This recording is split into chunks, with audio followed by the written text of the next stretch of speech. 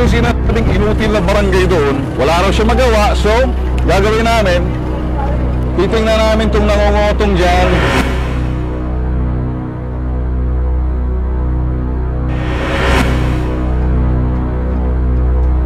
I'm sure kung may protector dito, palutanin. Alright, clear? So ang trato sa nila para mga linta. Kung paano natin komprontahin to, mahala na sila, may takbuhan sila. Sa dulo nito, may release ng tren. Diyan, makikita natin yung mga may hawak-hawak ng tabo. Ito yung kung tawagin naming linta. Basta itong haba ng release na to, dito sa lugar na to, bawat kanto, bawat kalsada rin na magdadaan na magkakross sa release, mayroong tumatayo dyan na humihingi. So tingnan natin dito, may makikita tayo ngayon. Pinipermihan ito ng mga taong walang magawa. Pag medyo mag-slow down ang traffic, tulad itong dadaanan natin, meron laging manghihingi dyan. Malapit tayo sa area, no? Yung ilaw nyo, patayin nyo. Distansya lang, distansya. Kapit. Meron ba? Ayan, meron nga. Ayun. Ayun ang tabo-tabo. Ayun ang tabo-tabo. Alright, positibo doon sa Maria Clara. Ito dito sa P. Margal, meron din. Ito yung mga tabo-tabo, yung mga linta. Nakapayan pa. Takot sa init si Dodoy. Ibang klase rin itong nangungulekta na to. May payong, ayaw mainitan. Ayaw niya mainitan, ayaw niya maarawan, kaya nagpapayong. Ewan ko kung mga kulukoy na to, pitikan mo yung kusang loob lang. Ewan ko kung mga kulukoy na to, sila rin ang naglagay ng karatula dyan sa gitna ang nagsasabing kusang loob. Kahit narito ang residente ng barangay, lito-lito. Hindi lang maalaman kung sinong may sakop ng mga release na yun. So yung release na yan, parang divider ng mga barangay na ewan natin kung ano mga silbi. Kaya naman pala ang gulo nitong mga lintik na release na to dahil dalawang nakakasakop maglalabo-labo nga sila kung kanino ano. Ang gagawin ng mga kulukoy na yun, sila na inangkin ng teritoryo dahil hindi na malaman kung sino may sakop sa kanila. Kaya kung anong paggagawin yan, balang araw maglalagyan ng dumi ng tao dyan. Pag hindi ka magbigay, wala namang pupo ng barangay. Gusto ko lang sana paabot sa'yo. Bukod tangi yung Maria Clara at P. Margal na release, meron dyan, lalo na dyan sa inyo, para sa inyo yan. Kasi ginawa ng Diyos, araw-araw ata, maliban ng linggo, hindi gumaganyan-ganyan ng kanilang tapok. Point mo, kung ang tanong sa akin, kung gusto na hindi, that's voluntary. Kasi, ito ka concern man dyan eh. Voluntary yan. At hindi ako nakikialam dyan sa mga pag-iilas voluntary. Ganito kong ginagawa eh. Alam ko yan. Meron sila nangihingi o. Ganito payong. Kaya nga, sundan ho natin, Lolo. Meron mo. Kasi apat ng barangay. Sandali. So mag-aantay ka ng reklamo. Kung may nagreklamo. Sa palagay mo kaya ang pagdulog ko sa iyo rito, hindi reklamo? Hindi ako. Ganito na lang. Kami ng, we'll take care of business. Oo. Okay? Panoorin mo kung paano na palayasin yan, ha? Manood ka. Tawagin niyo may gamit.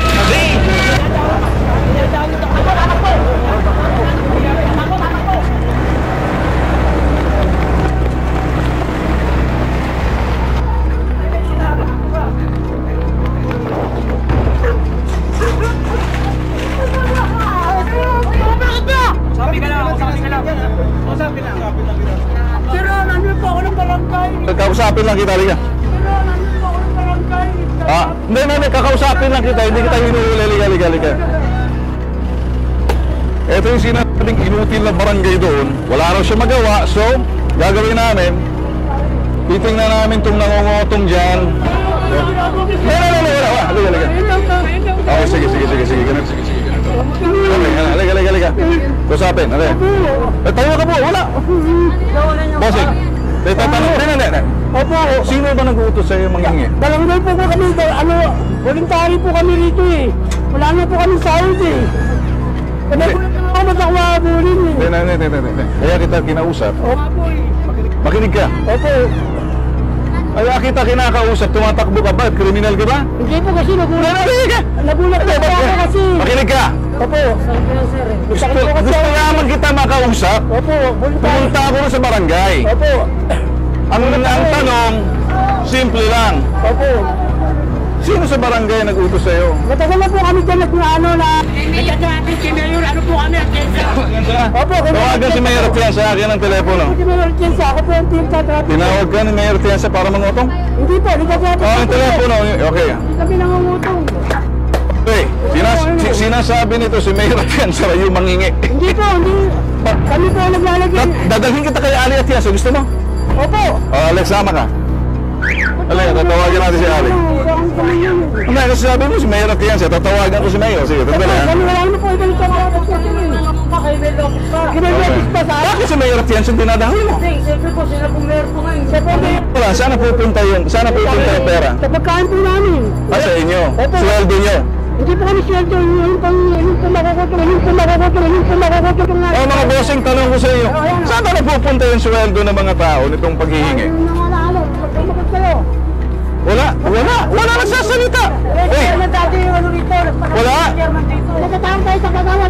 Boss, halika. Itong isa, ito, tanod ka ba? Pero, halika. Bakit pinatay? Sa amin na daw yung pinag-aano namin eh. Hindi lang sa ano namin. Sila kasi dati ang tanong po sila. Dati po, ayun, wala po yung pera ko dun sumabot. Magkano ang pera mo? Walang nga po 25. Kapapon po yun. So 35 naghapon kumita ako. Opo. Gusto mo bigyan kita ng 25?